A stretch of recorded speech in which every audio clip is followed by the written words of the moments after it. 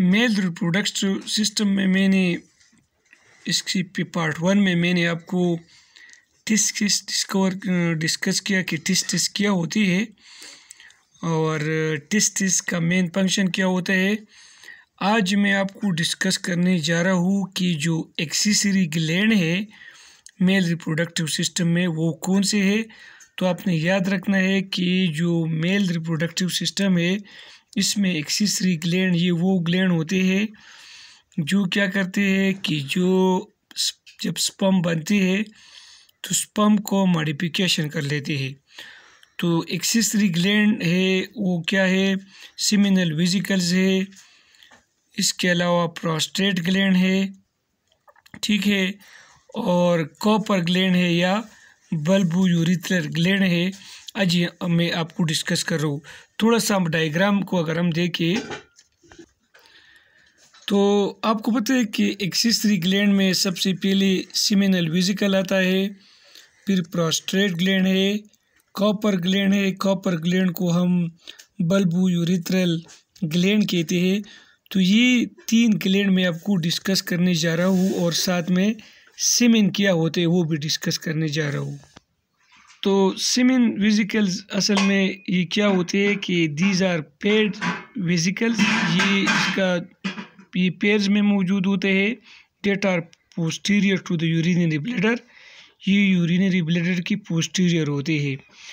अभी आपको पता है कि ये सेमिनल वेसिकल्स जो है ये क्या करते हैं कि इट इम्प्रूव स्पर्म मोटिलिटी, ये स्पर्म मोटिलिटी को इम्प्रूव करते हैं। इसमें ख़ास किस्म का केमिकल मौजूद होता है, मैसेंजर मौजूद होता है और इसका नाम होता है प्रोस्टाग्लैंडिन, ठीक है ना। और ये प्रोस्टाग्लैंडिन क्या करते हैं कि decrease the viscosity of the sperm की विस्कोसिटी को डिक्रीज करते हैं ताकि ये विस्कस न हो और इजीली जो है ये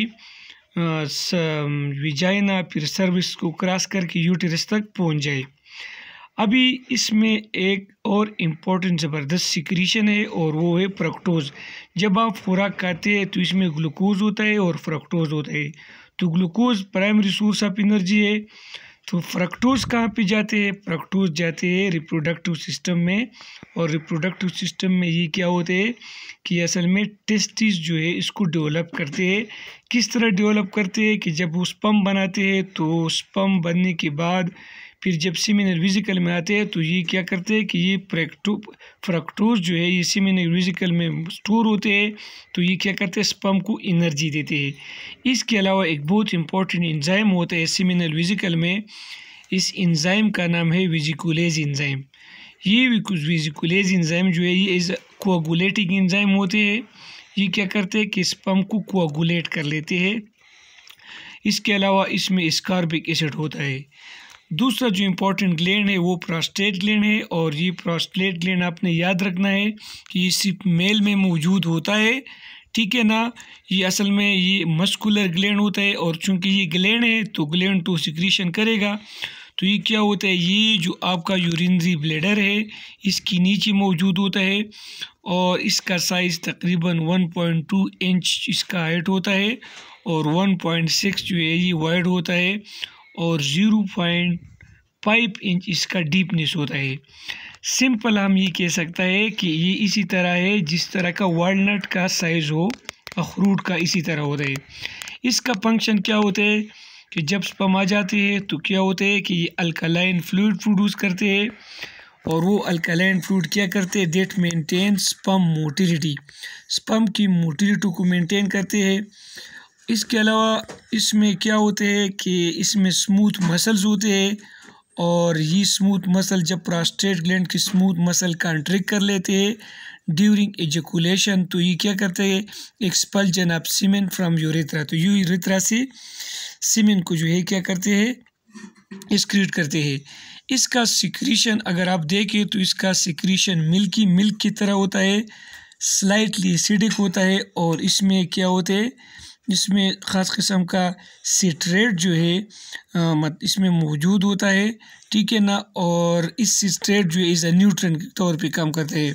साथ साथ में ये क्या होता है कि इसमें हेलोरिनिडेज एंजाइम भी मौजूद होते हैं जो हेलोरिनिक एसिड को क्या करते हैं, जो hyaluronic एसिड होते हैं एक की लेयर्स पे इसको डिज़ोल्व करते हैं ताकि स्पर्म जो है वो इजीली मूव कर सके। अभी जो सेमिनल वेसिकल और प्रोस्टेट ग्लैंड के अलावा एक और जो ग्लैंड है, सेमिनल वेसिकल के अलावा जो और ग्लैंड है उसको हम बल्बो यूरिथ्रल ग्लैंड कहते हैं या कॉपर ग्लैंड कहते हैं। इसका साइज़ पी साइज़ होता है, पी की तरह, मटर के दाने की तरह इसका साइज़ होता है और ये प्रोस्टेट ग्लैंड की नीचे होता है।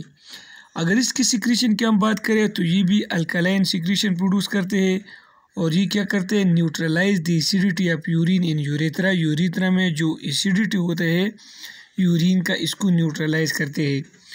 बल्बो यूरिथ्रल ग्लैंड जो है ये क्या करते हैं कि इसका सलूशन अगर हम देखें तो ये क्या करते हैं, produce thick and clear mucus.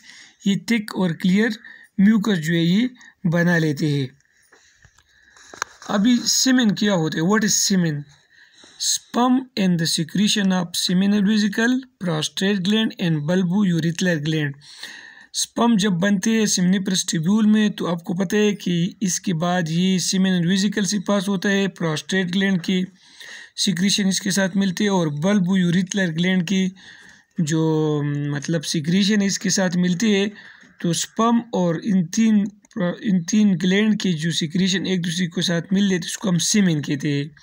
सीमेन का पीएच तकरीबन 7.4 होता है और असल में ये क्या होता है, during ejaculation approximately 2 to 4 ml of semen is expel. जब इजैकुलेशन होता है तो तकरीबन कितना 2 से 4 ml सीमेन जो है वो एक्सपेल होता है।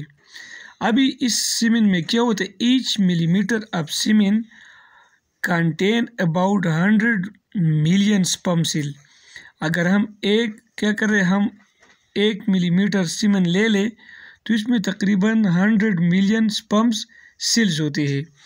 अभी ये तो हमने डिस्कस किया, लेकिन थोड़ा सा मैं आपको बता रहा हूँ कि स्पर्म किस तरह मतलब मूवमेंट करते हैं। तो टेस्टिस में स्पर्म बनती है, टेस्टिस में स्पर्म बनने के बाद वेजा एपिरेंशिया जो है वो स्पर्म कलेक्ट करते हैं, ठीक है ना। फिर उसको ट्रांसपोर्ट करते हैं एपिडिडिमस में। एपिडिडिमस जो है ये हाईली काइल्ड डक्ट होता है, तकरीबन लेंथ इसका 6 मीटर होता है, 20 फीट होता है, ठीक है। इसमें का ये फिर इसको स्टोर करते हैं, ट्रांसपोर्ट करते हैं। इसके बाद फिर वेज डिफरेंस में जाता है। वेज डिफरेंस जो है असल में स्टार्ट हो जाता है एपिडिडिमस से और ये पेल्विक कैविटी में अंदर जाता है।